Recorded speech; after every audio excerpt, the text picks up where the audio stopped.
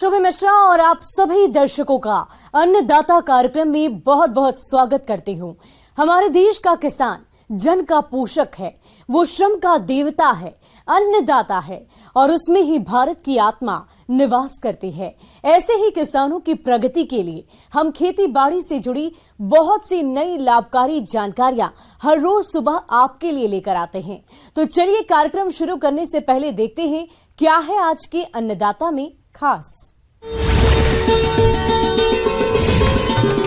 संरक्षित खेती करना है किसानों के लिए लाभकारी।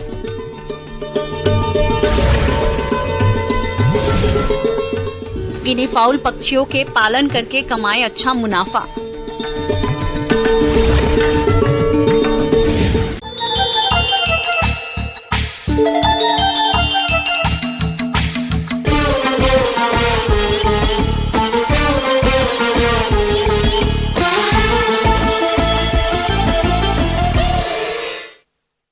संरक्षित खेती के अंतर्गत poly house, shed net house, green house में नियंत्रित मौसम में खेती की जाती है।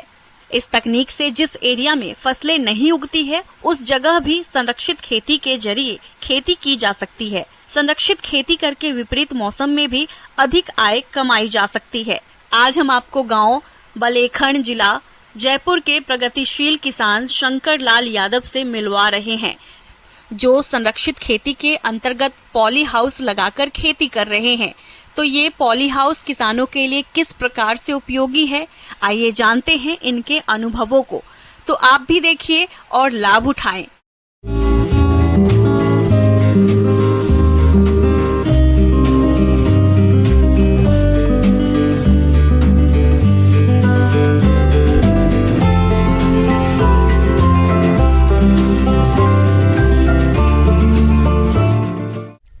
आज सबसे जो ज्वलंत मुद्दा चल रहा है कि किसानों की आय कैसे बढ़ाई जाए। तो इसके लिए जो गवर्नमेंट के द्वारा जो स्कीम चल रही है संरक्षित खेती, जिसमें पॉली हाउस है। किसान भाइयों, दिन प्रतिदिन बढ़ती जनसंख्या को भोजन उपलब्ध करा पाना एक गंभीर चिंता का विषय बनता जा रहा है। ऐसे में बेमौसमी फसलों की खेती करने और फसलों को प्राकृतिक आपदाओं से बचाने के लिए किसानों को संरक्षित वातावरण में खेती करना जरूरी है। और ये किसान भाई भी संरक्षित वातावरण के तहत पॉली हाउस में खेती कर रहे हैं और अच्छी आय कमा रहे हैं। मैं ये पॉली हाउस 2015-16 से मैंने लगाया था। इस पॉली हाउस के लगाने के बाद में मैंने एक पॉली हाउस ये लगा लिया, 2 पॉली हाउस वहाँ नीचे लगा लिए, 1 पॉली हाउस वो लगा लिया। यानी आज मेरे खेत पे 4 पॉली हाउस लगे हुए हैं। आज यदि अपने पॉली हाउस लगाते हैं तो टोटल कॉस्ट राजस्थान में इसकी 42,24,000 रुपये है, जिसमें से गवर्नमेंट 23,63,000 रुपये सब्सिडी दे रही है। 18,61,000 रुपये किसान हिस्सा राशि लग रही है। 18,61,000 रुपये जो लग रहे हैं उसमें भी बैंक लोन देते हैं। भाई किसान 18,61,000 रुपये एक साथ नहीं लगा सकता, तो उसके लिए भी किसान को बैंक लोन देते हैं, तो वो 6 महीने उसकी किस्त जमा करानी पड़ती है। संरक्षित खेती के तहत पॉली हाउस तकनीक का उपयोग किया जाता है। इस तकनीक से जलवायु को नियंत्रित करके विपरीत मौसम में भी खेती कर सकते हैं, जिससे आपको ऐसी फसलों से अच्छी क्वालिटी का उत्पादन तो मिलता ही है, साथ ही बेमौसमी सब्जियों को लेने से किसानों को अच्छा बाजार भाव भी मिलता है। पॉली हाउस और बाहर की खेती पर अपने बात करते हैं। मेरी पॉली हाउस लगा हुआ है 4,000 वर्ग मीटर में, जो आप सामने देख रहे हैं। बाहर की खेती और अंदर की खेती में जो मैंने अंतर किया है 7 साल में, पानी की बचत हो रही है। बाहर में 4 बीघे में 2 घंटे बिजली का यूज करता हूँ डेली, तो अंदर मेरे वो 20 मिनट यूज हो रही है ओनली। खरपतवार बाहर बहुत ज़्यादा होती है, अंदर बहुत कम होती है, क्योंकि वो पूर्ण रूप से सुरक्षित खेती है, पूर्ण रूप से कवर्ड है। अंदर इंसेक्ट नहीं जाते हैं डायरेक्ट, बाहर इंसेक्ट ज़्यादा होते हैं। बाहर एक्सपेंस पर इंसेक्टिसाइड या फंगिसाइड पे चलते हैं, तो हर दूसरे या तीसरे दिन हमारे को स्प्रे करने पड़ रहे हैं। वही ही यदि अंदर अपने देख रहे हैं तो लगभग 5 से 6 दिन पे अपने को स्प्रे करने पड़ रहे हैं। बाहर जो अपने लेबर यूज कर रहे हैं, जैसे 4000 वर्ग मीटर के लिए 10 लेबर लग रही है, तो अंदर वही 2 से 3 लेबर वर्किंग कर रही है। बेमौसम फसल, जैसे इस समय खीरे का भाव चल रहा है 15 से 20 रुपए किलो। आज के 2 महीने बाद में यदि अपने इसमें खीरे करते हैं तो वही खीरा 50 से 60 रुपए केजी जाता है।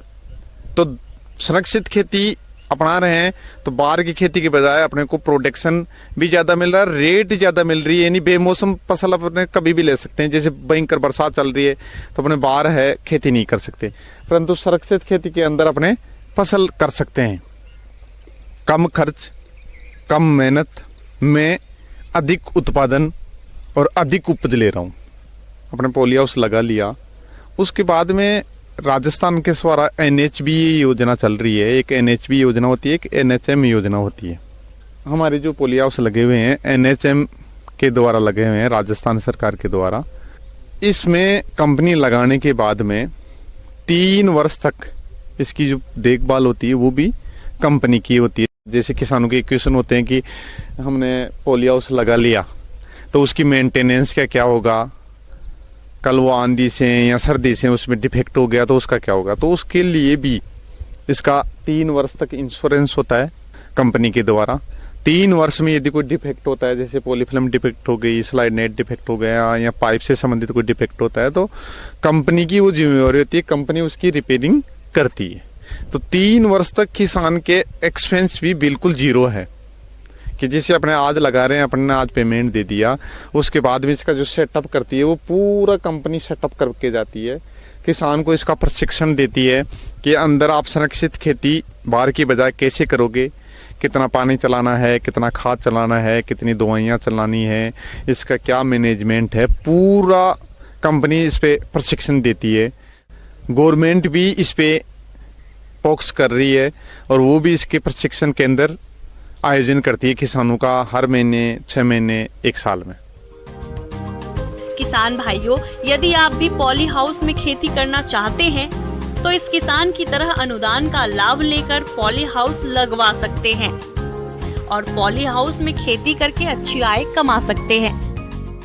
तो आज जो किसानों की जो ज्वलंत समस्या जो हो रही है कि भाई उत्पादन और किसान की आय कैसे बढ़े, तो उसमें सबसे जो अच्छा साधन मेरे को लग रहा है वो पॉली हाउस है। किसान भाइयों, अब लेते हैं एक छोटा सा ब्रेक।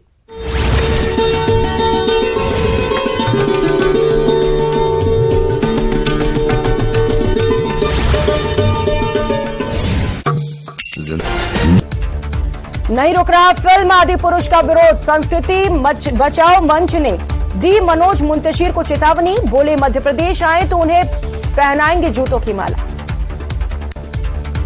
ममता बनर्जी, अरविंद केजरीवाल और महबूबा मुफ्ती आज पहुंचेंगे पटना। 23 जून को बैठक को लेकर तैयारियां पूरी। पटना के ज्ञान भवन में आज से 2 दिवसीय G20 की महत्वपूर्ण बैठक, बिहार की संस्कृति से रूबरू होंगे विदेशी मेहमान। उत्तर प्रदेश राज्य के मुख्य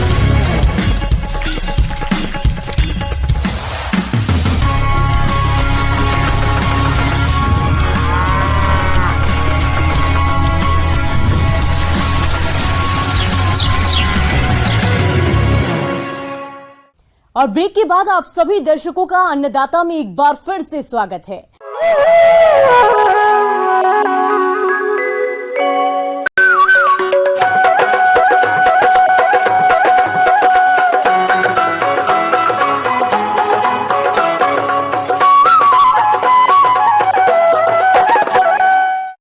कृषि से जुड़े व्यवसायों में गिनी फाउल पक्षियों का पालन बढ़ता जा रहा है। इसका पालन अंडा और मांस के लिए किया जाता है।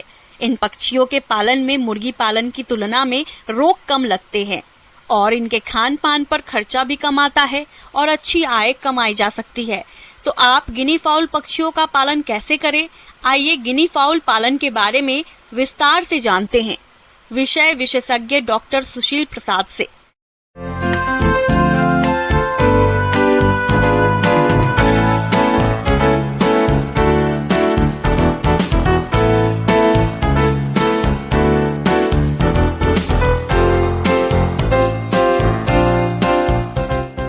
इसमें जब हम पोल्ट्री की बात करते हैं, पोल्ट्री खास तौर से आम तौर पर लोग पोल्ट्री कहते हैं, मुर्गी के लिए सिर्फ करते हैं, लेकिन पोल्ट्री कहने का तात्पर्य हमारा सिर्फ मुर्गियों से ही संबंधित नहीं है। इसके अंदर में बत्तख भी है, टर्की भी है, गिनिया फाउल जिसको चाइना मुर्गी कहते हैं वो भी है, या तेतरी भी कहा जाता है।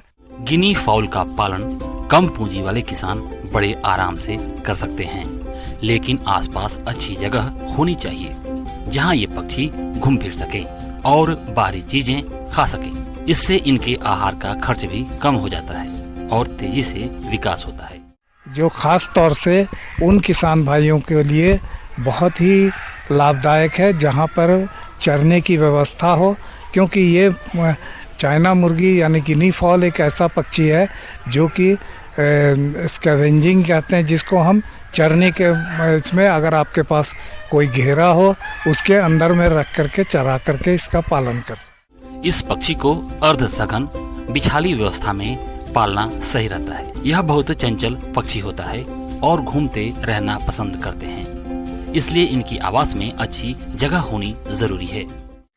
तो गिनी फॉल आजकल, पहले ये कहीं कहीं पर में देखने को मिलता था, लेकिन अब इसका पालन भी मुर्गियों की तरह ही किया जा रहा है।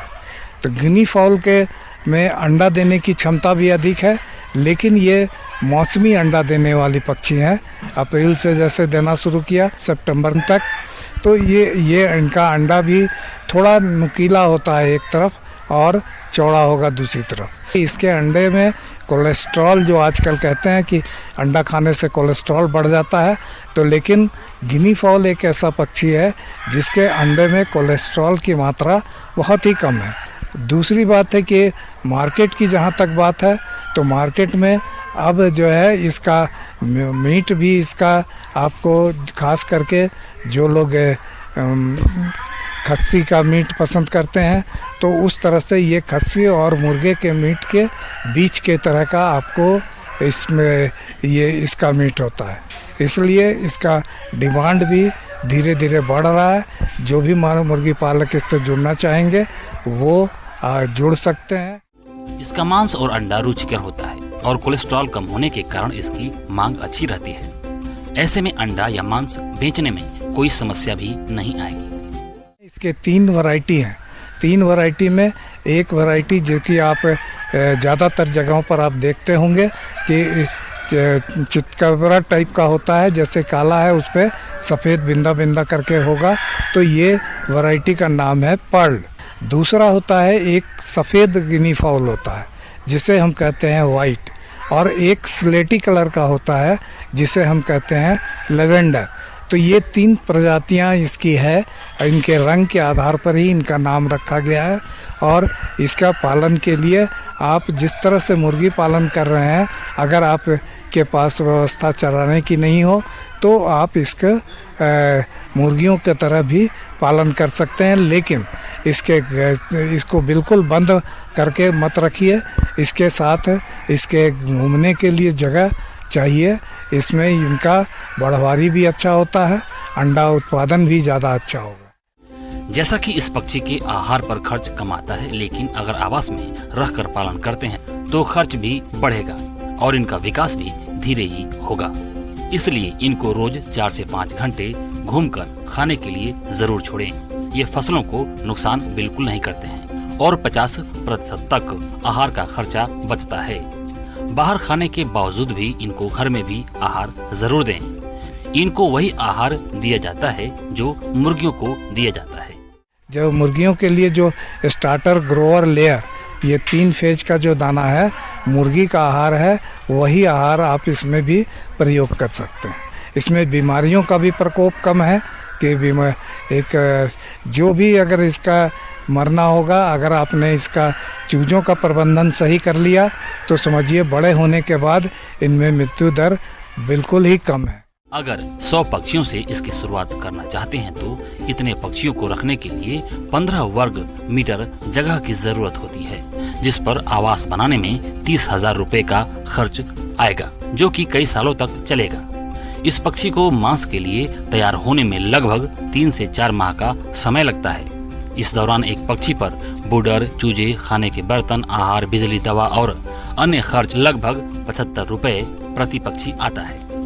इस प्रकार 100 पक्षियों पर 7,500 रुपए खर्च होते हैं और एक पक्षी लगभग 150 रुपए में बिकता है, जिससे 15,000 रुपए की कुल आय 1 लाख से होती है। लागत निकालकर शुद्ध लाभ लगभग 7,500 रुपए 1 लाख से होता है और एक साल में लगभग 3 लॉट आसानी से निकलता है, जिससे साल की कुल शुद्ध आमदनी 100 पक्षियों से 22,500 रुपए होती है।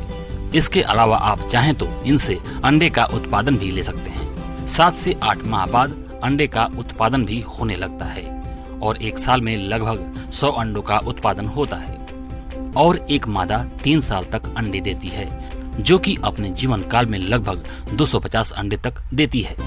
इससे भी मुनाफा ले सकते हैं। इसके अलावा इनसे हैचिंग कराकर चूजों का खुद पालन कर सकते हैं और उन्हें बेचकर मुनाफा और भी कमाया जा सकता है। ये देखिए, इसके लिए अगर इन्हें चूजों की प्राप्ति के लिए गिनी फॉल का फार्म और कहीं पे तो इस तरह का फार्म है नहीं। आपको इज्जत नगर बरेली में केंद्रीय पक्षी अनुसंधान केंद्र है, वहाँ पर आपको संपर्क स्थापित करेंगे तो गिनी फॉल का चूजा या अंडा वहाँ से प्राप्त किया जा सकता है और वहाँ से प्राप्त करके अगर आप उसे हैचिंग कराना चाहते हैं तो कहीं भी आप हैचिंग करा सकते हैं। ये इनका चूजों का हैचिंग 28 दिन में होता है और या चूजे लाना चाहते हैं तो वहाँ से आपको चूजा या अंडा दोनों ही उपलब्ध हो जाएगा। आगे और भी है खेती बाड़ी से जुड़ी बहुत सी रोचक जानकारियां। कहीं नहीं जाइएगा, रुकेंगे एक छोटे से ब्रेक के लिए।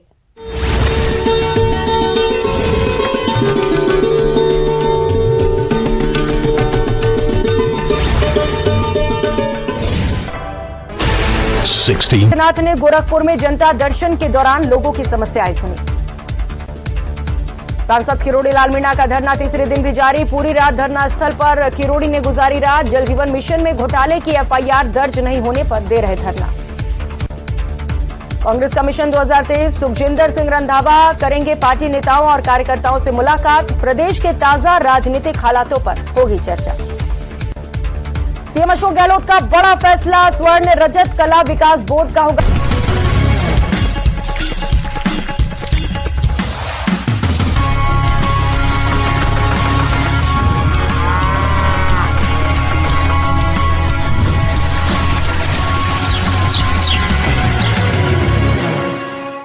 ब्रेक के बाद एक बार फिर से आप सभी दर्शकों का अन्नदाता कार्यक्रम में स्वागत है।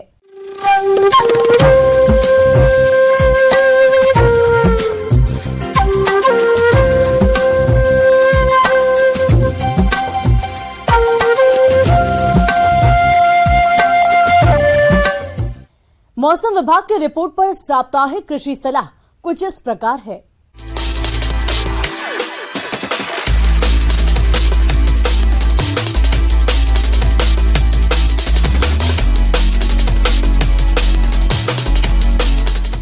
ग्रामीण कृषि मौसम सेवा, भारत मौसम विज्ञान विभाग, ICAR, केंद्रीय शुष्क क्षेत्र अनुसंधान संस्थान जोधपुर द्वारा भेजे गए मौसम पूर्वानुमान रिपोर्ट के आधार पर जिला जोधपुर और इससे लगे जिलों के किसान भाइयों को सलाह दी जाती है कि अधिकतम तापमान 38 से 39 डिग्री सेल्सियस और न्यूनतम तापमान 28 से 29 डिग्री सेल्सियस रहने का अनुमान है। ऐसे में इन क्षेत्रों के किसान भाइयों को सलाह दी जाती है कि जिन क्षेत्रों में पिछले दिनों अच्छी बारिश हुई वहां किसान भाई बाजरा, मूंग, मोठ, ग्वार तथा तिल की बुआई शुरू कर सकते हैं। फसलों की बुआई के लिए एक बार मिट्टी पलटने वाले हल से और बाद में हैरो से 2 से 3 जुताई कर खेत को तैयार कर लें। बाजरा के बुआई का उपयुक्त समय जुलाई के तृतीय सप्ताह तक है। किसान भाई खाद, बीज और बीज उपचार के लिए रसायनों की व्यवस्था कर लें। बाजरा की उन्नत किस्मों में MPMH 17, राज 171, HHB 67, GHB 719, CZP 9802, RHB 177, HHB 197 व RHB 173 का चयन करें। बुआई के लिए 4 किलोग्राम बीज प्रति हेक्टेयर प्रयोग में लें। मूंग की बुआई का उपयुक्त समय जून मध्य से मध्य जुलाई है, अतः किसान भाई उन्नत किस्म के प्रमाणित बीज, खाद और बीज उपचार के लिए रसायन की व्यवस्था कर लें। मूंग की उन्नत किस्मों में GM4, GAM5, GAM6, IPM 2-3, SML 668, RMG 344, RMG 268 तथा K 851 का चयन करें। मूंगफली की बुआई के लिए इन किस्मों का उपयोग करें। HNG 10, HNG 123, GG 7, गिरनार 2 व TG 37। भिंडी की बुआई के लिए अपराजिता, शक्ति, अर्का अनामिका, वर्षा उपहार व परभनी क्रांति उन्नत किस्मों के बीज की बुआई करें। बुआई के लिए 12 किलोग्राम बीज प्रति हेक्टेयर दर से उपयोग करें। बुआई के समय 30 किलोग्राम नाइट्रोजन, 30 किलोग्राम फास्फोरस व 30 किलोग्राम पोटास प्रति हेक्टेयर की दर से दें। फसलों की बुआई लाइनों में करें और DAP की पूरी मात्रा बुआई के समय 7 से 8 सेंटीमीटर गहराई में दें, जिससे उर्वरक बीज से 2 से 3 सेंटीमीटर नीचे रहे। बीज को बुआई से पहले रोगों से बचाव के लिए फफूंदनाशक, कीटनाशक और दलहनी फसलों को राइजोबियम से अवश्य उपचारित कर लें।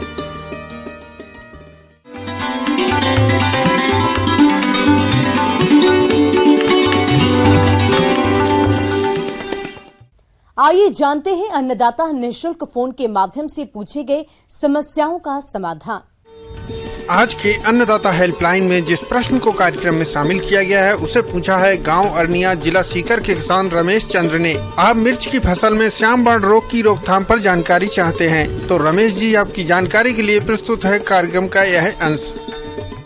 जो कि मिर्च में एक लगने वाला एक फफूंद जनित रोग है और ये क्लोटोटाइकम कैप्सेसी द्वारा इसका फैलाव होता है।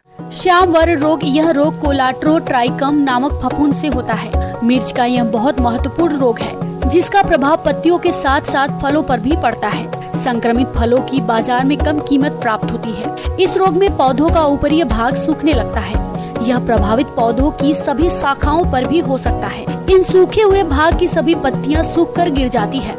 इस अवस्था को हाई बैक कहते हैं। सूखी हुई शाखाओं पर काले काले बिंदु नुमा रोगजनक की संरचनाएं बनती हैं। अब सबसे रही बात की जो है ये बीमारी हर साल आती है, तो आपको सबसे पहले है कि सही बीज, स्वस्थ बीज का चुनाव करना है। दूसरी बात है कि बीज उपचार करके ही लगाना है। बीज उपचार के लिए आपको दवा बताए कि कार्बेंडाजिम और प्लस या कार्बोक्जिन, ये दोनों में से कोई दवा उसकी 2 ग्राम प्रति किलो बीज के हिसाब से हम उसको उपचार कर लेते हैं। उपचार करने के बाद ही उसको लगाएं। अब जब रही की बात, जब बीमारियां जब आना शुरू हुई, तो जब पत्तियों पर ही इसके लक्षण दिखाई पड़े, उस समय आपको जो है ब्रॉड स्पेक्ट्रम फंजीसाइड, जिसमें कार्बेंडाजिम और प्लस मैनकोजेब दोनों दवा रहती है, उसका 2 ग्राम प्रति लीटर के हिसाब से अगर स्प्रे करते हैं तो इस फफूंद जनित रोग से काफ़ी हद तक बचा सकता है। बहुत सारी दवा जो है आप कार्बेंडाजिम में डाल सकते हैं और मैनकोजेब भी अलग अलग से डाल सकते हैं, उसका भी 2 ग्राम प्रति लीटर के हिसाब से डाल सकते हैं। लेकिन आपको ज़्यादा प्रभावी इसका उपाय करना है तो मैंने जो दवा बताई, जो मिश्रित दवा है कार्बेंडाजिम प्लस मैनकोजेब, उसका 2 ग्राम प्रति लीटर पानी के हिसाब से आप उसको घोल बनाकर उसको जो है आप स्प्रे करेंगे और कालांतर में 15 दिन के बाद स्प्रे करेंगे तो निश्चित तौर पे जो है आपका जो है इसका प्रकोप से बचा जा सकता है।